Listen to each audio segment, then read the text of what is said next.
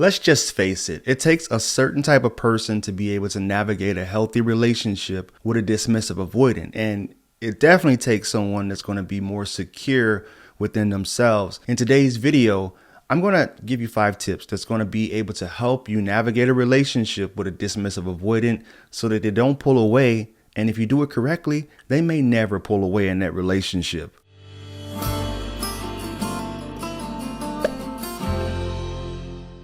The first thing that you want to do when you learn that this person may have a dismissive avoidant attachment style is you want to respect their space without punishing them for doing that. And what I mean by that is if you say, hey, go have a good time or enjoy yourself, there can't be any backlash that's going to come from that because they are going to be trusting you for your word. And this means you don't want to chase them. You don't want to guilt trip them, or you for sure don't want to emotionally withdraw in order to retaliate for whatever space that they needed to take. And this is something that I'm going to be talking to the anxious attachers and the fearful avoidants about. Make sure that there's no other shoe that's going to drop for them taking that space. This is when, I've been able to see avoidants really thrive in relationships because they appreciate that the person that they're with actually understands what they need in order to recharge their batteries and be fresh within that relationship again. I'm gonna give you a real life example. I was coaching a client who was with a dismissive avoidant, and she managed to be with this guy for 10 years. They got married, they had kids and everything. And I was wondering, what was the tea? What was the special sauce that you had in order to make that relationship last for so long and for it to be actually a relationship that tended to have thrived? Now, why she reached out to me is because something had happened that ended up making them go their separate ways, but I don't want to get too deep into that. But the relationship, what she described, was a healthy relationship and it was thriving. What she said that she did is exactly what I just said. Whenever he needed space, he had a man cave. He had things that he would do in order to keep himself recharged for the relationship interactions. Another thing that you want to do is you want to regulate your own attachment style triggers. And if you're someone and you understand that you're an anxious attacher or that you're more leaning disorganized attachment, you want to make sure that you know that about yourself and understand what the things are that's going to trigger you. So if texting is one thing that really triggers you when you send them a text message and they don't reply in time, you need to understand that about yourself and understand that they're not individuals who like to text all the time. You're actually setting them up for failure when you send a text message and you have an expectation for them to, text you back within a certain time frame. If you have a hard time dealing with that, I say just don't text them at all. Focus on the phone calls and more of like sending memes back and forth as a way to keep that connection alive and not feel like you're being neglected. This is one thing that Stan Tatkin talked about in his book, Wired for Love. Everything that you buy and purchase from the store is going to come with a troubleshooting manual. So if you know your person very well and you know what page to turn to in their manual in order to make this relationship work again, don't go against the grain simply because you're frustrated. If they pull away, just like any manual, if something stops, your washing machine stops working, go to the manual, see what needs to happen. Do you need to unplug it, kick it a couple times? What is it that needs to happen in order to make this work again? I would recommend kicking the avoidant because whenever you protest, it's going to break the relationship. It's not going to make it function better. The third thing that I recommend that you do is probably going to be one of your favorite ones if you're someone who believes in empowering themselves, is communicate calmly with clarity and with boundaries.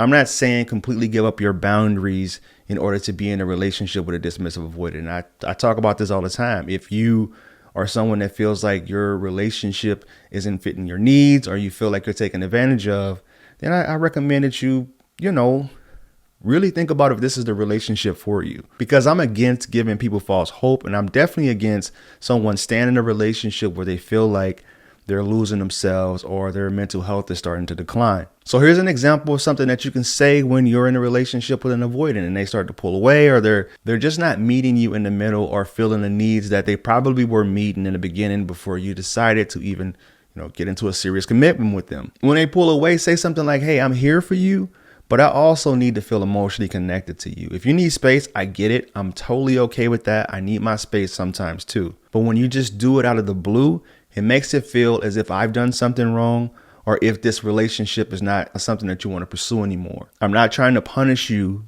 for pulling away. I actually just need a little bit more clarity about where you're at and where you stand. If they're not able to do that, I say this isn't a relationship for you. because that's the bare minimum. The next suggestion that I have for you is to stop overgiving and overinvesting yourself in this relationship. And I'm going to tell you why. I know it seems like, all right, this is just obvious. When you're in a relationship with someone and you want to show that you care about them and that you value this relationship, you tend to do more, especially if you're someone who is an anxious attacher and you may have a little bit more people-pleasing tendencies in you. But here's what happens to an avoidant. Avoidants feel as if they can't match that energy, and it makes them want to pull back. Why? It doesn't make sense. Why don't they just step up to the plate and, show more affection and, things that you're doing matching and mirroring you? But once they realize that they can't do that, it almost makes them feel as if they're broken, as if they don't have it in them. You'll hear this all the time. I can't give you what you need. I can't meet your needs. You're on a different level than I'm on. You'll hear that all the time. So in order to really, and I know this is not fair, if you're someone whose love language is acts of service and gift giving, this may be one of the things that you need to suppress in this relationship in order for them not to feel as if you're not equally yoked. You'll see this happen all the time around holidays, Christmas, Mother's Day, Father's Day, Easter, whatever holiday that you give gifts and you've put in a lot of thoughts into that gift and they haven't, they're going to feel a certain type of way of not being able to reciprocate that for you, which can often lead them to pull away. The last one is you want to focus more on emotional safety and not so much on emotional intensity. What I mean by that is, I know you want to have these conversations about, hey, what can we do? How can we become better together? How can we grow closer together? That gets exhausting. And I said this in one of my last videos. You have to think dial up versus LTE. Dial up will get overwhelmed and crashed, while LTE can go all day long. So you have to really pick your battles when it comes to having conversations with them, because if you do it too much and you bog them down and they can't buffer what you're saying and what you're trying to bring to the table, it's going to make them really think about, leaving this relationship because it's just too much for them. It's overwhelming. And believe it or not, most avoidants are pretty coachable. They're really good at taking whatever you say, taking an inventory. You don't want to broad bash them or make them feel as if they're, shamed or toxically shamed for being the way that they are. It's like, just put your little suggestion in the suggestion box. I was talking to one of my clients about this, and I said, before you take it to that next level, let's have a 3-strike rule. Like you said once, so you give them 2 opportunities to, incorporate something that you need in that relationship. Don't get upset or frustrated to the 3rd time, because you have to look at it as if, hey, this person is trying to learn how to walk in relationships and learn how to be there and show up for me.